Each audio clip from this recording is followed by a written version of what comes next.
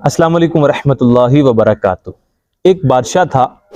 बादशाह बड़ा नेक दिल था, लोग उससे बड़ी मोहब्बत करते थे, वो लोगों से बहुत प्यार किया करता था, बड़ी मोहब्बत करते थे लोग, और मोहब्बत की वजह से लोग उसको दूर दराज से सफ़र करके बादशाह को मिलने आते थे।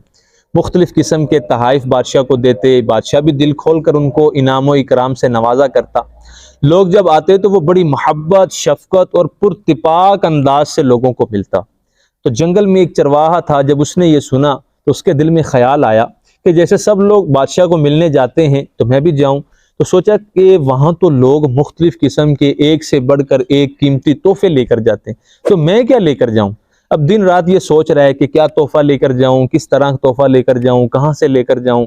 कुछ दिन गुजरे तो एक दिन जंगल के अंदर अपनी बकरियां वगैरह चराते हुए इसने शहद का एक छत्ता, शहद की मक्खियां देखी, शहद का छत्ता देखा, तो इसको ख्याल आया कि ये तोहफा बादशाह के लिए बड़ा बेहतरीन और अनमोल होगा, क्योंकि बादशाह का महल जो है वो शहर के अंदर है और दूसरा शहद निकालना बड़ा मुश्किल काम है। तो इसलिए उसने सोचा कि ये चीज़ बादशाह को किसी ने भी नहीं दी होगी और ये बादशाह के पास नहीं होगी, तो ये मेरा तोहफा जो है ये बादशाह को बहुत पसंद आएगा। उसने उतारा, शहद उतारा और महल की तरफ चल दिया।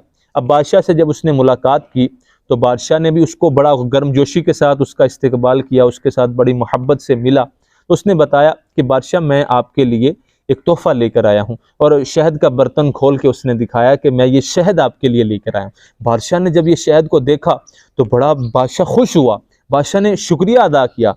बादशाह ने कहा कि ये शहद उतारते हुए तो आपको बड़ी तकलीफ़ हुई होगी, मक्खियों ने आपको काटा होगा, बड़ी मुश्किल पेश आई होगी आपको, आपने ये बहुत अच्छा किया, ये आप शहद लेकर आए, इसकी कमी यहाँ मुझे महसूस हो रही थी, ये चीज़ ऐसी है कि जो मुझे बड़ी पसंद है, मैं इसकी कमी को मैं महसूस कर रहा था। अब ये दिल ही दिल में चरवाहा खुश हुआ, इसने सोचा कि बादशाह ने मेरा तोहफ़ा जो है बड़ा पसंद किया है, बादशाह ने मेरे तोहफ़े को कबूल किया है। बादशाह ने अपने महल के अंदर मुख्तलिफ़ किस्म के तालाब बनवा रखे थे, बड़े बड़े तालाब, और कोई तालाब दूध से भरा हुआ, कोई तालाब शरबत से भरा हुआ, तो कोई तालाब शहद से भरा हुआ, पूरा तालाब शहद से भरा हुआ।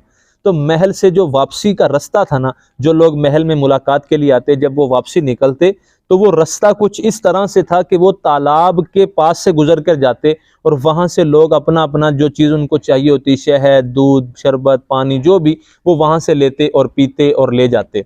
तो बादशाह ने एक सिपाही को हुक्म दिया कि जो शख्स मेरे लिए शहद का तोहफ़ा लेकर आया है, ये चरवाहा, इसके खाने पीने का और इनाम व इकराम का इंतज़ाम किया जाए। और एक और शख्स को बुलाया, एक सिपाही को बुलाया कि जब ये शख्स फारिग हो जाए खाने पीने से, अपना इनाम हासिल करने के बाद, तो इसको महल से वापसी किसी ऐसे रास्ते से लेकर जाना कि ये तालाब जो शहद से भरे हुए हमारे तालाब हैं उनको ना देख सके, क्योंकि बादशाह के दिल में ये ख्याल आया कि ये शख्स अगर मेरे शहद से भरे हुए तालाब को देखेगा तो अपना लाया हुआ छोटा सा तोहफ़ा, जो एक थोड़ी मिकदार के अंदर शहद है, उस पर ये बड़ी शर्म महसूस करेगा। तो बादशाह ने ये बात सोची। तो यही चीज़ बिल्कुल सेम हमारे साथ भी है। मेरे मीठे और प्यारे इस्लामी भाइयों, देखिए अल्लाह पाक ने फरिश्तों की इबादत को हम इंसानों से छुपा दिया। क्यों? ताकि हम जो टूटी फूटी थोड़ी बहुत इबादत करते हैं उस पर हम इंसानों को शर्म महसूस ना हो। जिस तरह फरिश्ते अल्लाह के हुजूर रुकू करते हैं, जिस तरह फरिश्ते अल्लाह के हुजूर सजदे करते हैं, जिस तरह फरिश्ते अल्लाह अज़्ज़ व जल की इबादत बजा लाते हैं, वो सुस्ती नहीं करते, ये सब चीज़ें अगर हम पर ज़ाहिर होती तो शायद हमें बहुत शर्म महसूस होती। अल्लाह अज़्ज़ व जल के हर काम के अंदर हिकमत है।